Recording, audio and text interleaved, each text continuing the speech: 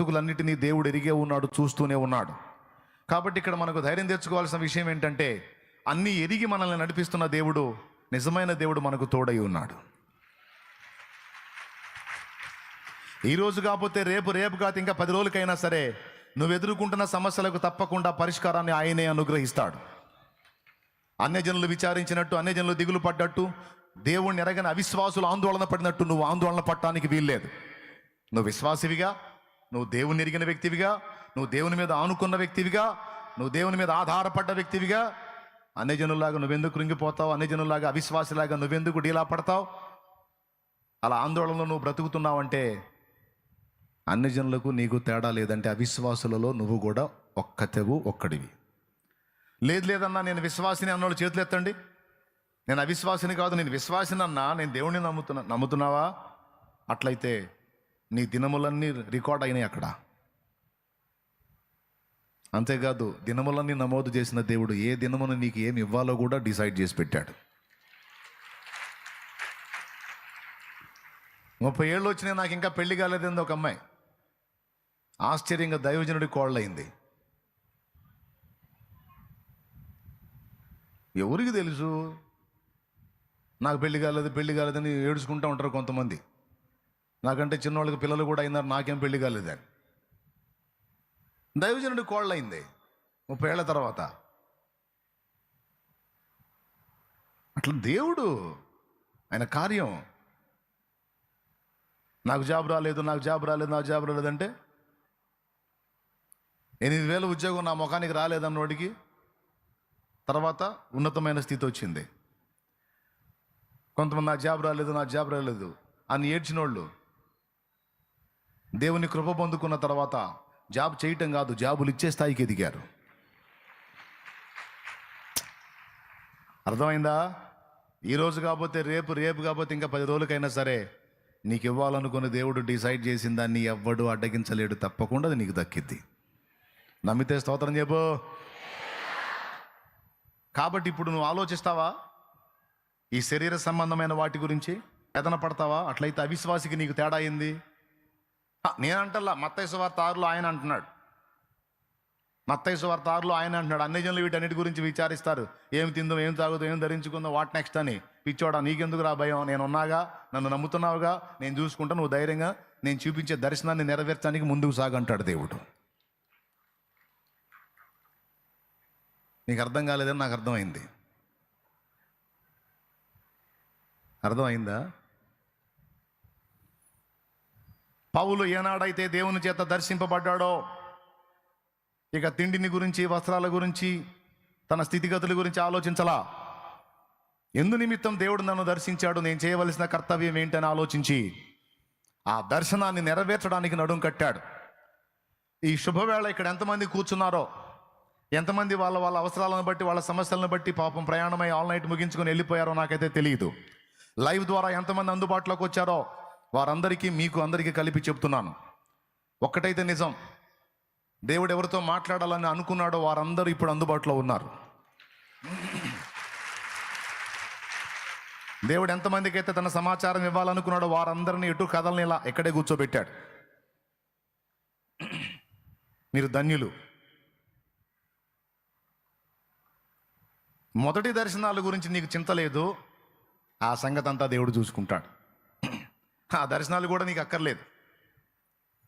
నన్ను అడిగితే పరీక్షల్లో పాస్ అవుతానా, ఫెయిల్ అవుతానా, ఏదో ఒకటి అవుతావు, ఆయన చూసుకుంటాడు. వ్యాపారంలో నష్టం వచ్చిద్దా, లాభం వచ్చిద్దా, ఏదో ఒకటి వచ్చిద్దా, ఆయన చూసుకుంటాడు.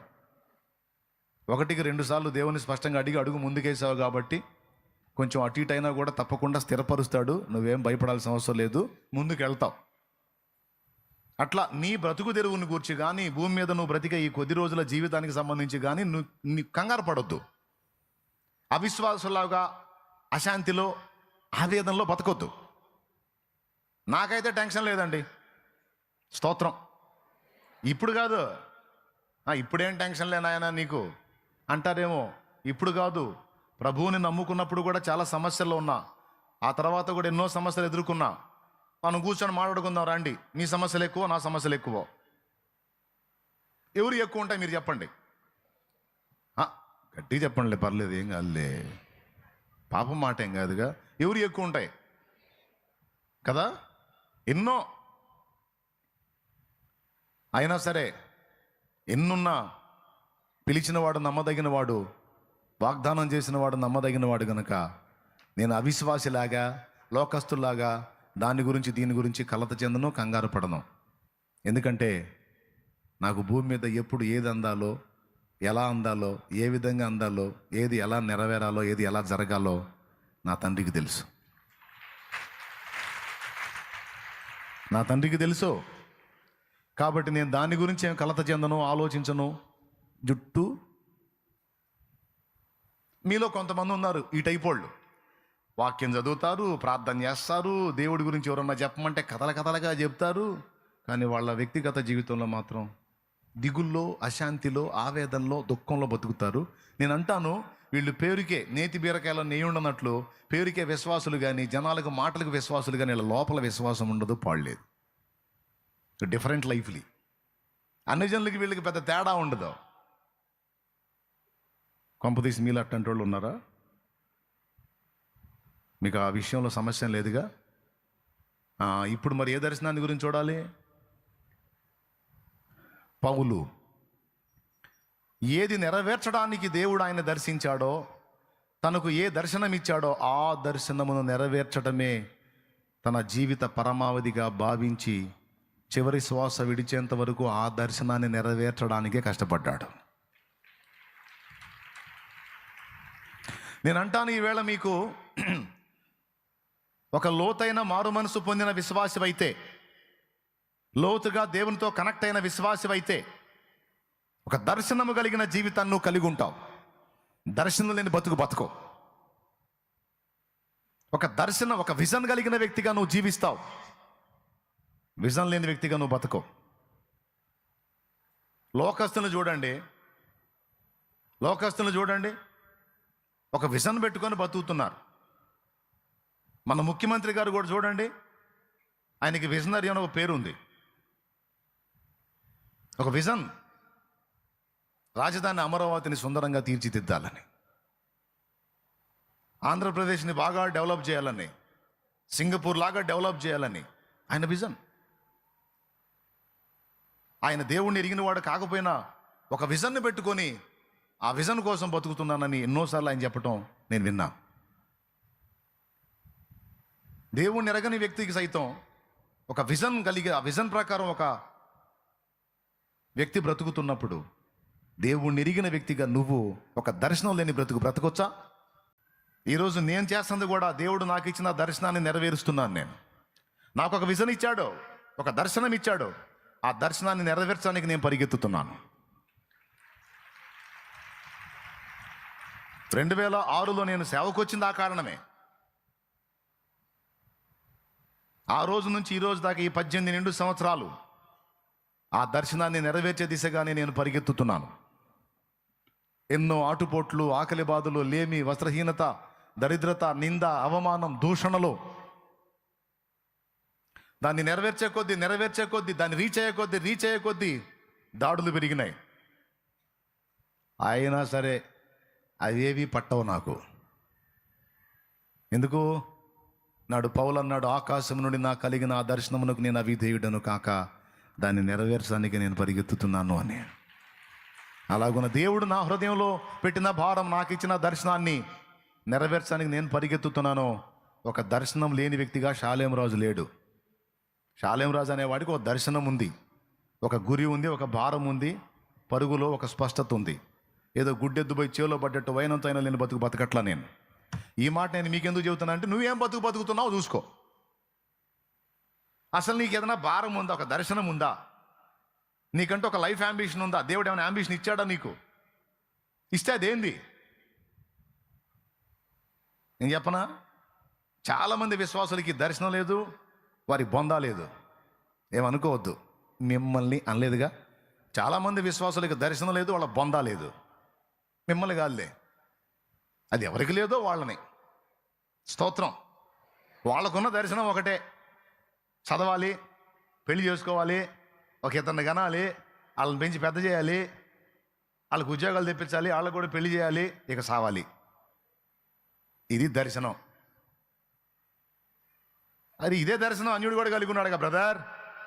బాయ్, ఇదే దర్శనం అన్యుడు కూడా కలిగి ఉన్నాడుగా. కలిగి లేడా అన్యుడు? ఇదే దర్శనం అన్యుడు కూడా కలిగి ఉన్నాడుగా. 10వ తరగతి చదువుతున్న ఒక చిన్నోడిని అడగండి, ఒరే ఏం చదువుతున్నావురా అని అడుగు.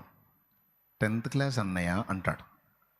తర్వాత ఏందిరా అను, ఇంటర్ అన్నయ్య అంటాడు. తర్వాత ఏందిరా, డిగ్రీ అన్నయ్య అంటాడు. తర్వాత ఏందిరా, ఏదో ఒకటి జాబు.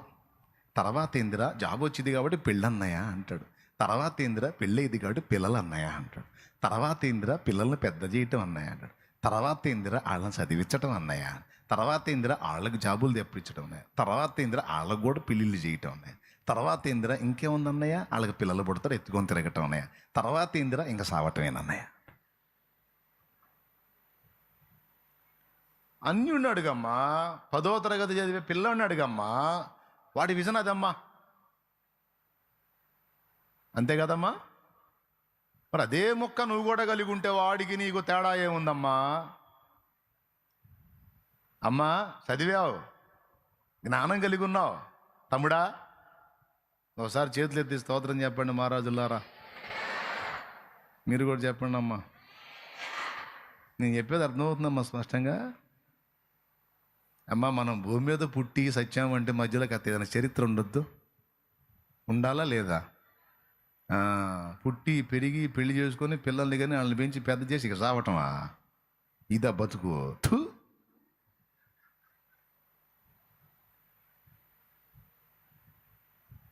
మరి అది కాకపోతే ఇంకేందని అడగండి.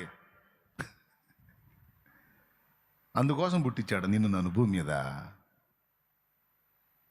ఎప్పుడన్నా మోకాళ్ళుని అడిగా, ఒక దర్శనం కలిగి ఉన్నావు, ఒక ప్రత్యక్షత పొందుకున్నావు, అసలు నన్ను ఎందుకు చేసావయ్యా అని ఎప్పుడన్నా అడిగావు? ఏమిటయ్యా నా జన్మ వెనక నీకున్న ప్రణాళిక అని అడిగావు? ఇవ్వవయ్యా నాకు ఒక విజన్ ఇవ్వవయ్యా, దర్శనం ఇవ్వవయ్యా అని ఎప్పుడన్నా అడిగావు? అడగాలమ్మా. ఏం అడుగుతారులే అమ్మా. ఇప్పుడు వాక్యం విన్నా కూడా కాసేపు ఆగి నాకు ఇంటికి పోయినాక సెల్ ఫోన్ తీస్తావు చూడు, ఆయుధం, చెప్పిందంతా పోయిద్ది. పోయి మెదళ్ళన్నీ ఖాళీ అయిపోయి ఆ చెత్తతో నిండిపోయి దర్శనం లేదు, నా బొంద లేదు. మళ్ళీ ఆదివారం వచ్చి మామూలుగానే కూర్చొని ఆ చెప్పురా చెప్పు, చెప్పటం నీ పని, వినటం మా పని. అందరూ అట్లాంటి సోదోళ్ళు ఉండరండి, అందరూ అట్లాంటి సోదోళ్ళు ఉండరు. కొంతమంది చురుకైన వాళ్ళు ఉంటారు, భారం కలిగిన వాళ్ళు ఉంటారు, వాళ్ళు పట్టుకుంటారు. వాళ్ళ కోసం చెబుతున్నా. సమాజంలో అందరూ సోదరుళ్ళనే అయింది. కొంతమందికి అసలు చురుకైన వాళ్ళు ఉంటారు, విషయం కలిగిన వాళ్ళు. అరే వాడు ఇంతసేపు మొత్తుకున్నాడు, ఏం మొత్తుకున్నాడు? అందులో దేవుడు నాతో ఏం మాట్లాడుతున్నాడు? నేను దేని గురించి కలవరపడాలి, దేని గురించి ఆలోచించాలి, దేని గురించి ఆలోచించొద్దు చెప్పేశాడు. ఏం తిందునా, ఏమి త్రాగుదునా, ఏమి ధరించుకుందునా, ఎలా జీవించుదునా అన్న చింత నాకు అక్కరలేదు. ఎందుకంటే అది నా దేవుడు చూసుకుంటాడు. మరి నేనేం చూసుకోవాలి? ఆయన ఏ దర్శనం నెరవేర్చమని నన్ను పుట్టించాడో దాన్ని నెరవేర్చాలి. అది కదా జీవితం, అది కదా జన్మ సార్థకత అంటే. ఇప్పుడు నేను సేవకు వచ్చానండి,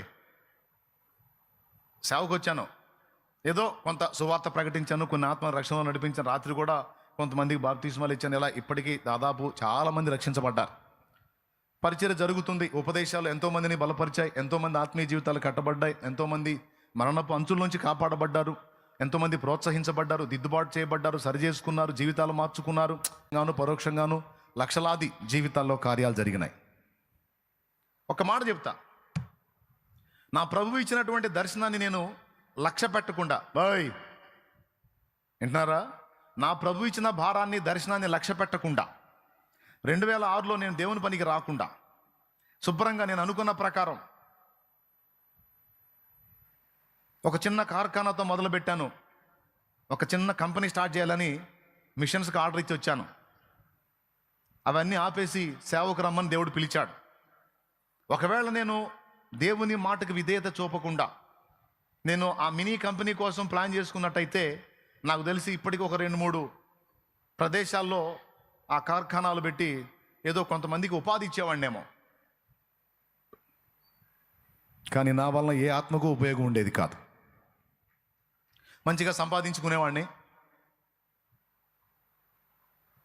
పిల్లల్ని చదివించుకునేవాడిని. ఇప్పుడు ఈ దశలో వాళ్ళకు కూడా ఏదన్నా ప్రయత్నాలు చూసి ఏదన్నా వాళ్ళకి ఏదన్నా జాబ్ వచ్చేటట్టు తిప్పలు పడేవాడిని. వాళ్ళ లైఫ్ సెట్లు, నా లైఫ్ సెట్లు.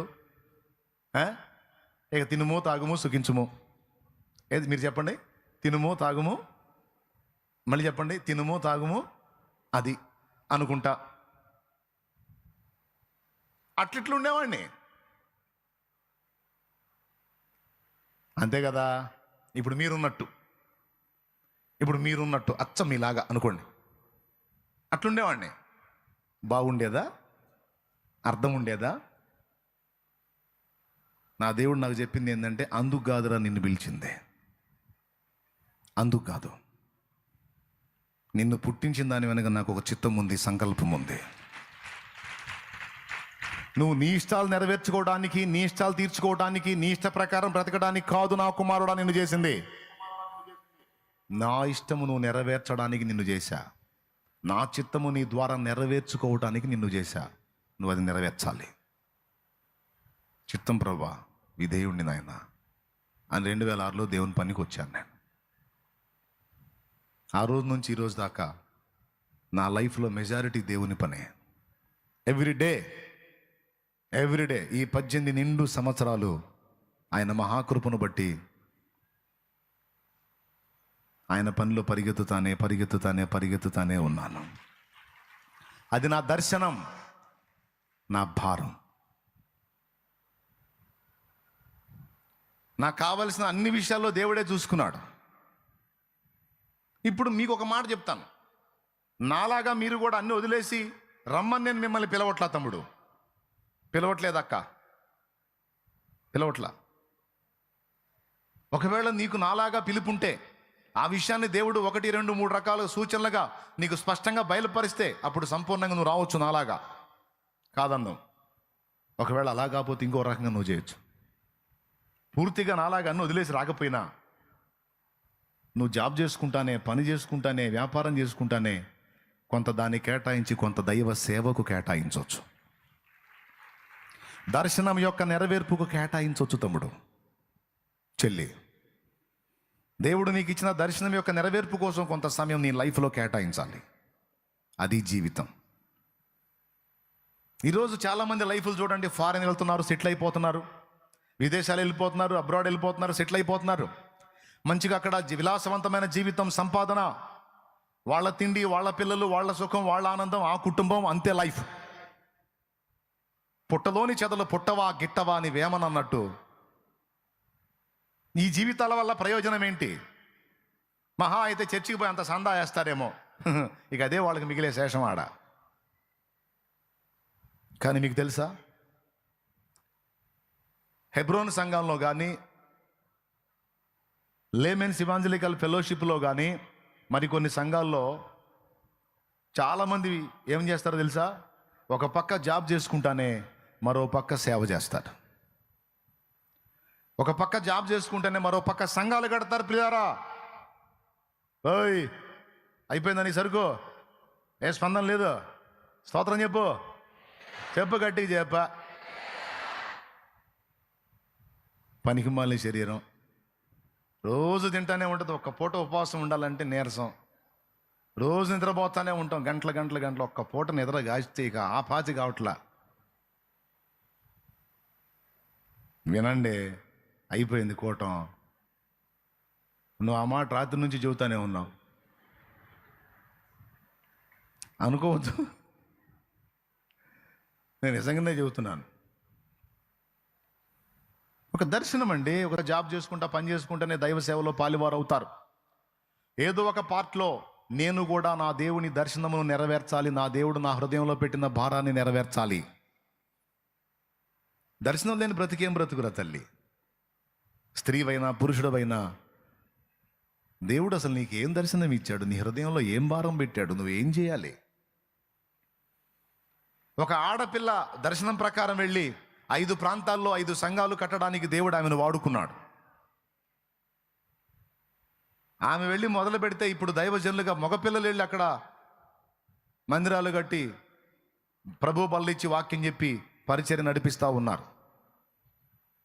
ఒక ఆడపిల్లమ్మ మళ్ళీ కష్టపడి టైలరింగ్ చేసుకొని అవిటివాడైన బిడ్డను బ్రతికించుకుంటా దేవుని పనిలో సహకారిగా మారి, దేవుని పనిలో పరిచారకురాలుగా మారి, దేవుని పని చేసుకుంటూ బయటికి వెళ్ళి ఎక్కడో ఏ కుటుంబాల్లో కాదు, ఎక్కడికి వచ్చే కుటుంబాల్లో ఉన్న కుటుంబాన్ని ఆధారం చేసుకొని వెళ్ళి అక్కడ ఉన్న వాళ్ళని బలపరిచి, ఆ కుటుంబాన్ని బలపరిచి, వారి ద్వారా 4 ఆత్మల రక్షణలో నడిపించి టోటల్గా అక్కడ ఒక చిన్న పరిచర్యకు నాంది పలికితే ఇట్లా 5 ప్రదేశాల్లో ఇప్పుడు పరిచర్య స్టార్ట్ జరుగుతుంది. మందిరాలు కట్టబడ్డాయి, సంఘాలు కట్టబడ్డాయి. దీనికి వాడుకున్నది ఎవరో తెలుసా? ఎవరినో తెలుసా? బలహీనరాలని ఒక ఆడపిల్లని. దాదాపు 27 సంవత్సరాల ప్రాయంలోనే భర్తను కోల్పోయింది. 27 ఏళ్ల వయసు, నిండా 30 ఏళ్ళు కూడా రాలేదు. 27 years భర్తను కోల్పోయింది, నీడబోయింది. బలహీనుడైన కొడుకు ఆ బిడ్డను పెట్టుకొని వానికి ఫీడింగ్ ఇచ్చుకుంటా దేవుని సన్నిధిని కాచుకొని పరిచర్యలో కొనసాగుతూ దైవ సేవే దర్శనంగా పెట్టుకొని తన జన్మను ధన్యం చేసుకుంది. దాదాపు 100 ఆత్మల రక్షణలో నడిపించడానికి వాడబడింది. ఈరోజు కూడా దేవుని మందిరంలో పరిచర్య చేస్తానే ఉంటుంది.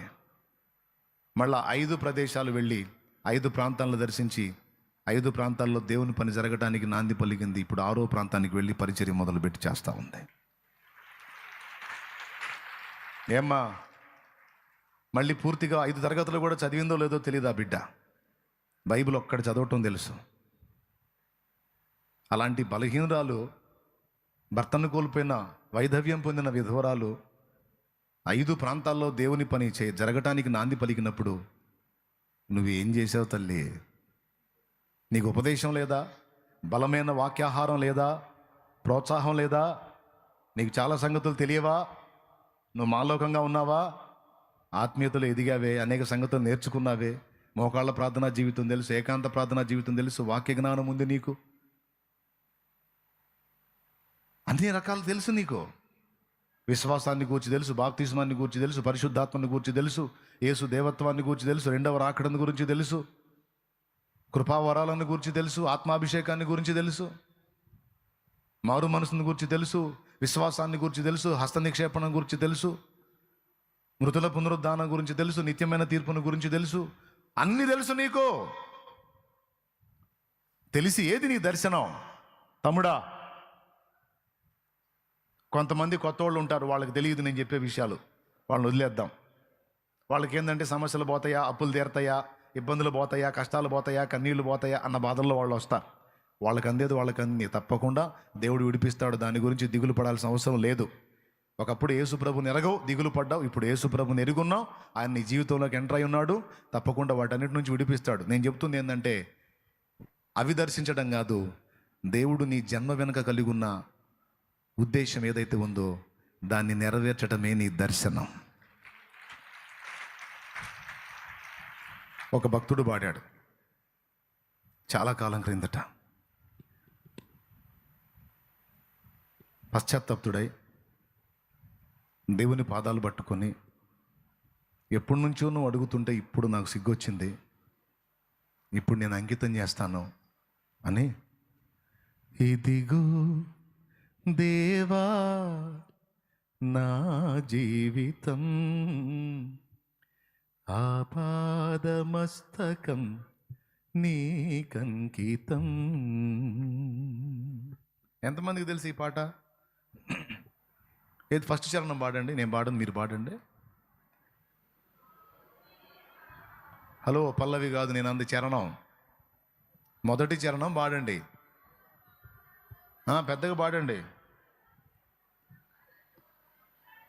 Right, correct. పలుమార్లు వైదొలగినాను పరలోక దర్శనము నుండి, విలువైన నీ దివ్య పిలుపుకు తగినట్లు జీవించనైతిని. పలుమార్లు వైదొలగినాను పరలోక దర్శనము నుండి, విలువైన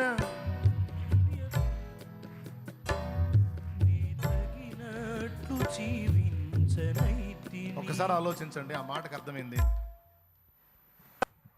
ఎన్నోసార్లు నన్ను దర్శించావు, పరలోకము నుండి నాకు దర్శనం ఇచ్చావు, నా కుమారి, నీ జీవితం పట్ల నాకు ఒక ఉద్దేశం ఉంది. నా కుమారుడా, నీ పట్ల నాకు ఒక ప్రణాళిక ఉంది. నీ ఎడల నాకు ఒక చిత్తం ఉంది. దాన్ని నెరవేర్చాలి నాన్న నువ్వు అని ఒకసారి కాదు పలుమార్లు నన్ను దర్శించావు. నేనేమో వైదొలిగాను. నువ్వు దర్శించి మాట్లాడుతావు, నేనేం తప్పించుకు తిరుగుతా ఉన్నాను. అవసరమైన వాటి మీద మనసు తీసేసి వ్యర్థమైన వాటి మీద మనసు పెట్టాను. అయ్యా, నేను ఎంత తప్పు చేశాను, ఇప్పుడు నాకు సిగ్గొచ్చింది. ఇదిగో దేవా నా జీవితం, ఆ పాదమస్తకం నీకే అంకితం అన్నాడు.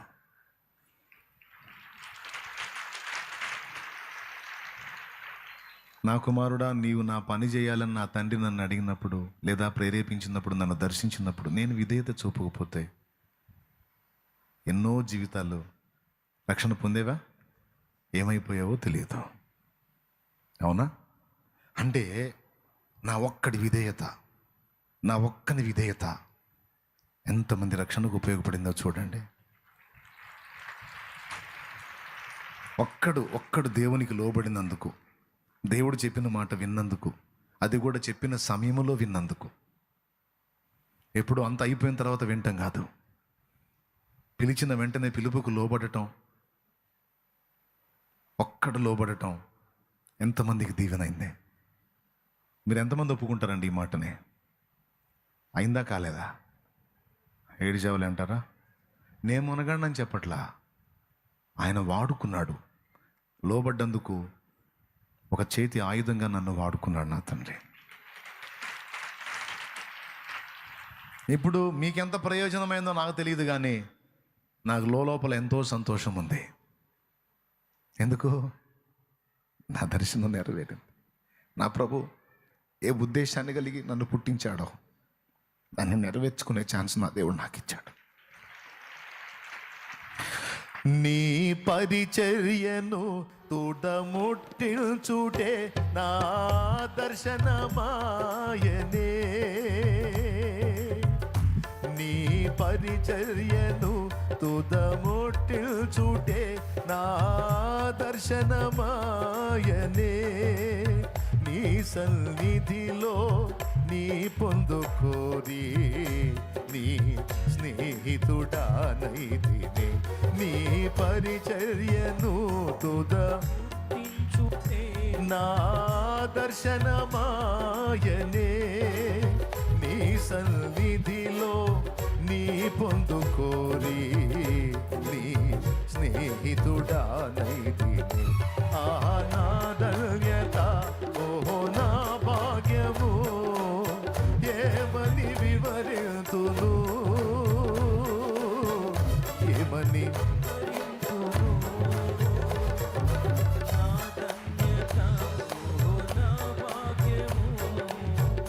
ఏమని వివరింతును,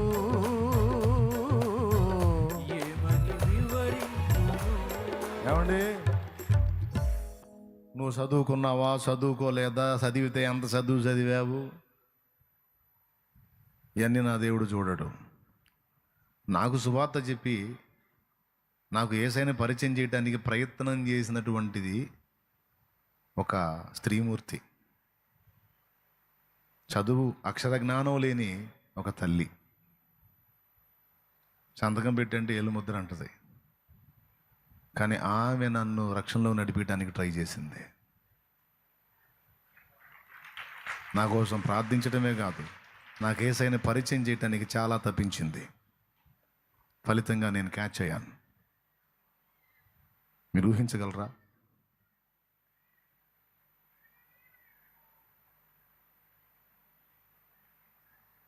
మీరు ఊహించగలరా?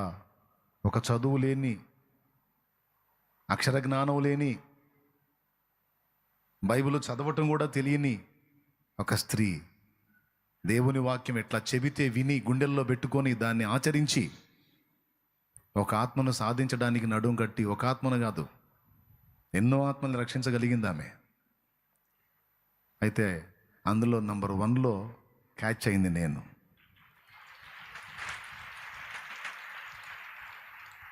దీన్ని బట్టి మీకేమర్థమైంది?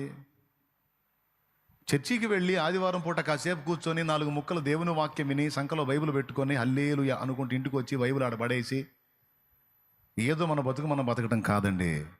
మళ్ళీ ఆదివారం రాగానే "ఫు" అనుకుంటూ దులుపుకొని బైబిల్ తెచ్చుకోవటం కాదండి. అది కాదండి బతుకు. కష్టపడు, పని చేసుకో. ఆమె ఒక పక్క పని చేస్తేనే మరో పక్క ఆత్మల రక్షణ మీద దృష్టి పెట్టింది. వాక్యం వినటం కాదు, నేను కూడా దేవుని పని చేయాలి, నేను కూడా ఆయన పరిచర్య తోదముట్టించాలి. ఒక దర్శనం. ఈరోజు ఏంటి నీ దర్శనం?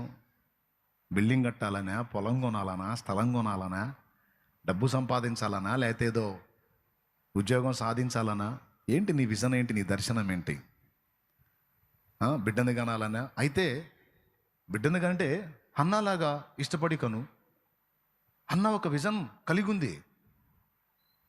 ఒకప్పుడు నాకు బిడ్డని నాకు బిడ్డని నాకు బిడ్డని అడిగిన హన్నా ఆ సంవత్సరం షిలోహులో ఉన్న మందిరంలోకి వెళ్ళి నాకు కుమారుణ్ణివో, వాడు పాలు విడవగానే నీ చేతికి అప్పగిస్తాను, నీ సన్నిధిలో వదిలేస్తాను, వాడిని నీ సేవక ఇస్తాను అంది. అంతకుముందు ఆమెకి లేని విజన్ ఇప్పుడు ఎలా వచ్చింది? ఏలీ కుమారుల యొక్క ఆగడాలు చూసింది, ఏలీ కుమారుల దుర్మార్గాలు చూసింది. ఏలీ దైవజనుడు ముసలివాడు అయిపోయాడు, కుమారులేమో దుర్మార్గులు, యెహోవాను ఎర్రగానే దుర్మార్గులు అయిపోయారు. మందిరంగా లేదు, పరిచర్యగా లేదు, దేవుని నామానికి మహిమ లేదు. ఇశ్రాయేలీయులు యెహోవా యందు అసహ్యపడ్డారట. వాళ్ళ ప్రవర్తనను బట్టి, ఈ ఏలీ కొడుకుల ప్రవర్తనను బట్టి, వాళ్ళ భక్తిహీనతను బట్టి. ఇదంతా అబ్జర్వ్ చేసింది. ఎప్పుడు నేను గొడ్రాల్ని నాకు బిడ్డ, ఎప్పుడు నేను గొడ్రాల్ని నాకు బిడ్డ అని అడిగే మనిషి ఆ సంవత్సరం వచ్చి, దేవా నాకు ఒక మగ పిల్లను దయచేయి, వాడిని పాలు విడవగానే తెచ్చి నీ సన్నిధికి సమర్పిస్తానంది. కొన్నిసార్లు మనం ఎన్నో ప్రార్థనలు చేస్తాం, దేవుడు మౌనంగా ఉంటాడు. ఎందుకో తెలుసా? రావాల్సిన ప్రార్థన, చేయాల్సిన ప్రార్థన మన నోట నుంచి వచ్చిందాకా ఆయన ఆగుతాడు. రావాల్సిన ప్రార్థన ఎప్పుడైతే మన నోటి నుంచి వచ్చిద్దో అప్పుడు ఆమెనంటాడు. అప్పటిదాకా ఆమె నోట ఎన్నో ప్రార్థనలు వచ్చినాయి, కానీ రావాల్సిన ప్రార్థన రాలా. ఏమిటి రావాల్సిన ప్రార్థన అంటే, నాకు మగబిడ్డనివ్వు, పాలు విడవగానే వాడిని నీకు అప్పగిస్తా. స్తోత్రం చెప్పండి. పక్కన వాళ్ళతో చేతులు కలపండి. అది రావాల్సిన ప్రార్థన. చేతులు కలపండి.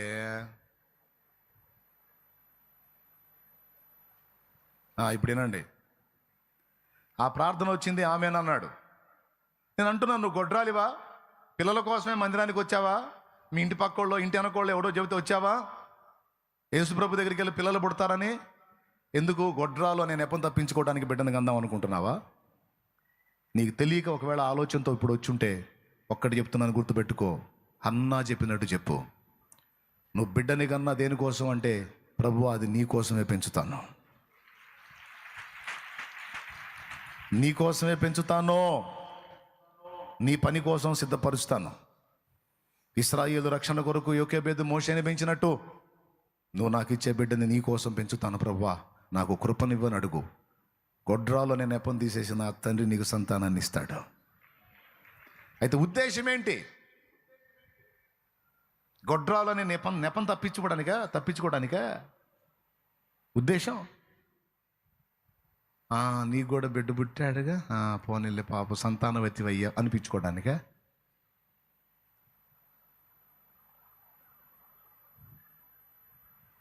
దైవ సేవ కొరకు అడుగు. ఇప్పుడు దాకా గొడ్రాలనే పేరు తప్పించుకోవడానికి అడిగితే, ఇక నుంచి నీ కొరకు నేను ఒక అర్పణగా అర్పించడానికి నాకు ఒక బిడ్డను దయచేయమని అడుగు. గొడ్రాలా, పిల్లలు కననిదానా, జయకీర్తననైతే పాడు.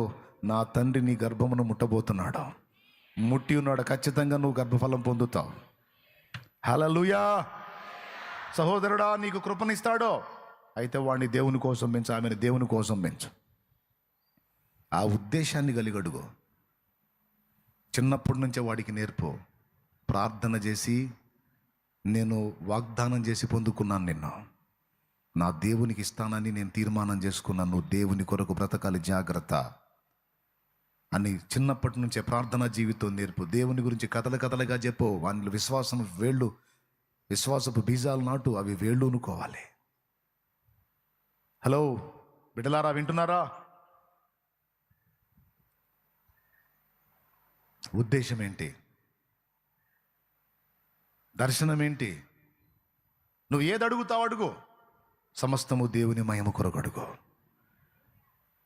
దర్శనం యొక్క నెరవేర్పు కొరకు అడుగు. దైవ చిత్తం యొక్క నెరవేర్పు కొరకు అడుగు. అప్పుడు నీ ప్రతి విజ్ఞాపనకు జవాబు దొరికింది. దోషాలు ఒప్పుకొని అడుగు, పాపాలు క్షమించమని అడిగి అడుగు. ఆయన రక్తంలో దోషాలకు అడిగేసుకొని స్పష్టంగా దేవుణ్ణి అడుగు. ఉద్యోగం అడుగుతున్నావా? ఎందుకోసం అడుగుతున్నావు? చదువు చదివాడు కానీ ఉద్యోగం సద్యోగం లేకుండా గాలికి తిరుగుతున్నాడు అనిపించుకోకూడదు. అబ్బాయి ప్రయోజకుడు అయ్యాడు అని నలుగురు మెచ్చుకోవాలని అడుగుతున్నావా ఉద్యోగం? లేకపోతే కుటుంబాన్ని పోషించడానికి అడుగుతున్నావా ఉద్యోగం? తప్పులేదు, ఫ్యామిలీని ప్రొటెక్ట్ చేయాలి, న్యాయమే, కాపాడుకోవాలి కదా.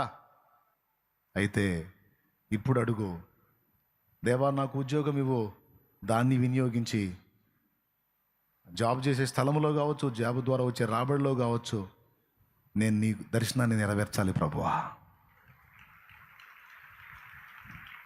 ఆత్మల రక్షణ కొరకు నేను కూడా ఒక భాగాన్ని తీసుకొని వాడబడాలి. నేను పాట ఎత్తుకోగానే ఎగురుకుంటా పాడారు. దాని అర్థం మీకు తెలుసా? అసలు ఏం పరిచర్య మొదలు పెట్టావని తొదముట్టించాలని పాడావు. ఇప్పుడు పాడు, నీ పని జీవిత పాడు, పాడు, పాడు. నీ పరిచర్యను తుదముట్టించుటే నా దర్శనమాయనే, నీ సన్నిధిలో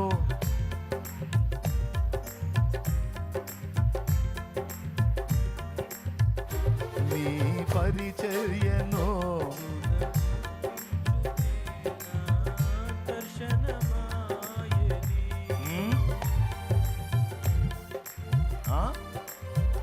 దర్శనం ఉందా? నీకు ఉందా? ఏందా దర్శనం? చెప్పాయి కొద్దిగా నేను కూడా తెలుసుకుంటాను. ఏ రూపేణ ఆయన పరిచర్య చేయాలి, నేను ఏ రూపేణ ఆయన పరిచర్య చేయాలి. దేవా నాకు సమృద్ధిని ఇవ్వమని అడుగుతున్నావా? దాని వెనక ఉద్దేశం ఏంటి? సమృద్ధి వస్తే సమృద్ధితో అన్ని భోగాలు సమకూర్చుకొని వెలగబెడదామని అడుగుతున్నావా? నాకు సమృద్ధిని అని. నాకు సమృద్ధిని ఉండటానికి తినటానికి చూసుకొని మిగిలిందంతా నీ రాజ్య వ్యాప్తికై, నీ పరిచర్య విస్తరణకై, సంఘాల నిర్మాణానికై, మందిరాల నిర్మాణానికై, పరిచర్యల విస్తరణకై నేను వినియోగిస్తా. నా చేతులను సమృద్ధితో నింపని అడుగు. అడిగే దాని వెనక ఉద్దేశం? ఉద్యోగం అడిగావా? దాని వెనక ఉద్దేశం? బిడ్డను అడిగావా? దాని వెనక ఉద్దేశం? సమృద్ధిని అడిగావా? దాని వెనక ఉద్దేశం? పేషెంట్ వై బెడ్ మీద బబ్బున్నావు, స్వస్థతను అడుగుతున్నావా? ప్రభువా నన్ను బతికించయ్యా, మనవరాలు పెళ్ళి చూడాలి ప్రభు. నీ మనవరాలు చల్లగుండా బతుకంత కొడుకు కూతురు అని తగలబెట్టి ఇప్పుడు మళ్ళీ వాళ్ళ పిల్లలు వాళ్ళ పెళ్ళి. నీ బతుకంతా ఇది చూసుకొని చావటమేనా? దానికోసమేనా నీ ఏడుపో? నన్ను లేవనెత్తయ్యా. నేను దొరికితే నన్ను జనం అట్లా ప్రార్థన చేసి అందరి మీద చేతులు పెడుతుంటే ఏమో పట్టుకుంటుంది, వదిలిపెట్టదు చెయ్యి. అమ్మ, ముసలోళ్ళ దగ్గర ఎంత బలం ఉంటుంది అనుకున్నా. నాకు ప్రాక్టికల్గా తెలుసండి, చెయ్యి పట్టుకున్నారంటే లాక్కోలేవు. నొప్పి పుట్టిద్ది, పట్టి వచ్చారంటే నొప్పి పుట్టి నరాలు మొత్తం బ్లడ్ ప్రెషర్ ఆగిపోయింది దెబ్బకి, అంతలో పట్టుబడతారు. వదలవే తల్లి, నన్ను వదిలి ప్రార్థన చేసేది. కాదయ్యా, కాదు, మనోరాలయ్యా, మనోరాలు అయ్యా, అయ్యా, అయ్యా. మనోరాల సంగతి ఇక్కడ. మనవణ్ణి చూడవే నా తల్లి, మనవణ్ణి చూడు, సాగు కొడుతున్నావు నువ్వు నా చేతులు.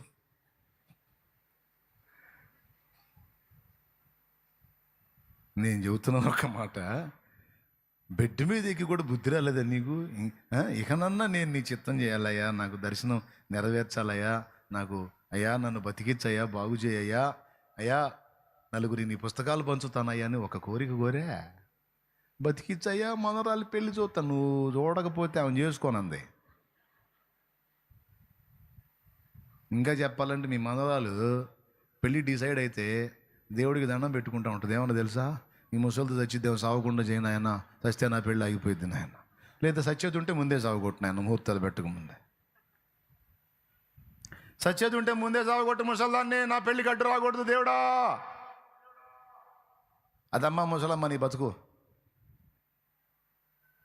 సరుకు అయిపోయిన తర్వాత ఎవరికైనా నువ్వు బరువే తల్లే.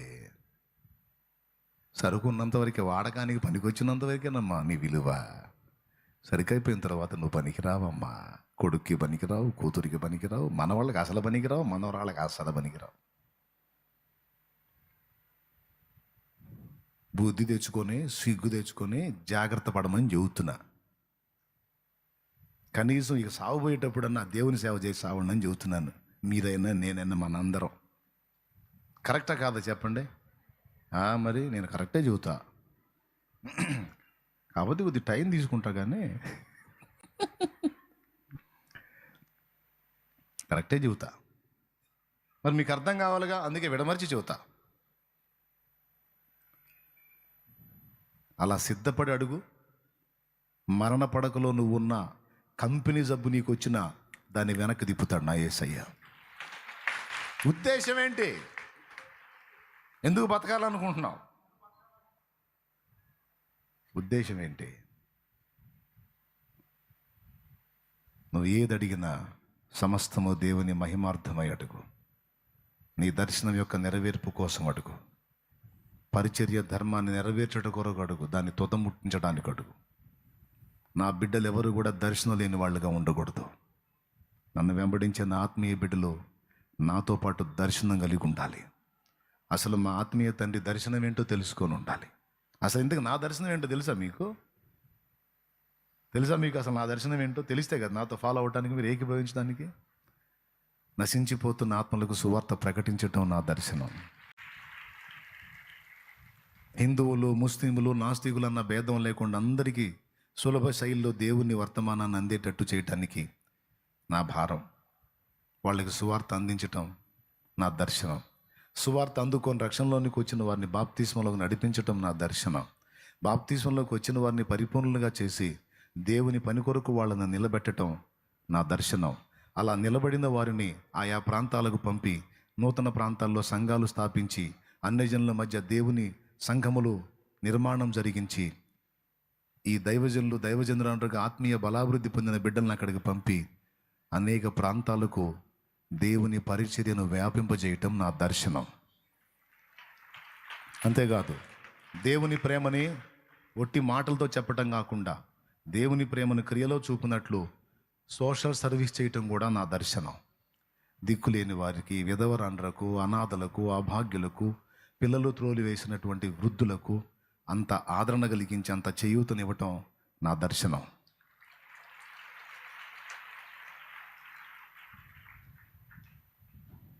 హల్లెలూయా. నేను కలిగి ఉన్న దర్శనం ఇదిగో ఇన్ని విభాగాలుగా ఉంది. దాదాపు అది 5 రకాలుగా ఉంది. నేను క్లియర్గా ఉన్నా. నీ దర్శనం ఏంది అడుగుతున్నాను నేను. నాకే దర్శనం లేదు, ఒకటే దర్శనం. నువ్వు కూటమి ముగితే ఇంటికి పోవటమే నా దర్శనం అంటారా? నువ్వు ఆమేన్ అంటే లేచి చెంపవటమే నా దర్శనం అంటారా? ఏంటి అసలు నీ దర్శనం ఏంటి? ఆలోచించుకో, తీర్మానం చేసుకో. ఆ తర్వాత ఇంటికి వెళ్ళు. ఆ దర్శనం కోసం బతుకు. దర్శనాన్ని కలిగి ఉండటం వల్ల ఎన్ని ప్రయోజనాలు ఉన్నాయి తెలుసా? నెంబర్ 1, బ్రతుకు సార్థకమవుతుంది. 1. రెండవది, నీ టైం సద్వినియోగం అవుతుంది. ఇంట్రెస్ట్ ఉంటే రాసుకో. దర్శనాన్ని కలిగి ఉండటం వల్ల అనుగురే ప్రయోజనాలు. 1, జన్మ సార్థకమవుతుంది. అలా సార్థకం చేసుకున్నాడే కదా పాట పాడాడు. ఆహా నా ధన్యత, ఓహో నా భాగ్యము, ఏమని వివరింతును, ఏమని వివరింతును. ఆహా నా ధన్యత, ఓహో నా భాగ్యము, ఏమని వివరింతును.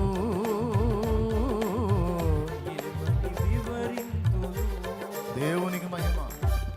నిజంగా కష్టపడ్డాడు పాడుకున్న పాట అది. నా దేవుడు నాకు ఇచ్చిన దర్శనం నేను సాకారం చేసుకున్నాను, నెరవేర్చుకున్నాను, కాబట్టి ఇది నా ధన్యత, నా భాగ్యం. ఎంత గొప్ప విషయం. నువ్వు కూడా పాడుకోవద్దు? పాడుకోవాలా లేదా? నీ మహిమను ధరించిన పరిశుద్ధులు నా కంటపడగానే ఏమౌదునో నేనేమౌదునో.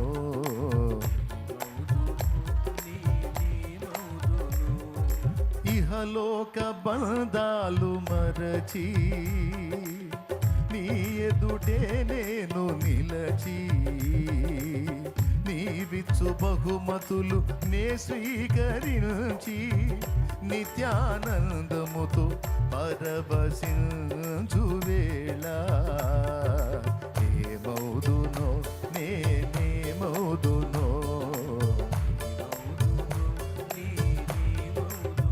ఆ దర్శనం నెరవేర్చడానికి పెళ్లి పటాకులు కూడా వదిలిపెట్టేసుకున్నారు. ఇహ సంబంధమైన భోగాలు వదిలేసుకున్నారు. నాకు పెళ్ళొద్దు, పెటాకులు వద్దురా బాబు, నాకొద్దు.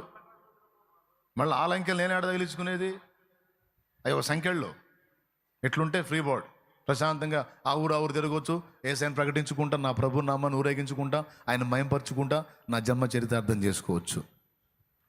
అయ్యో నీకంటూ కుటుంబం లేకపోతే, నీకంటూ వంశావాళ్ళు లేకపోతే, నీకంటూ మరి రేపు నువ్వు మంచైనా చెడ్డైనా, రేపు నీకు ఏదైనా మరి నీకు ఎట్లా అంటూ నాయనా, కన్నోళ్ళకి కన్నోళ్ళు 2 3 4 ఉంటే నేను కనేది ఆత్మీయ సంతానం రా.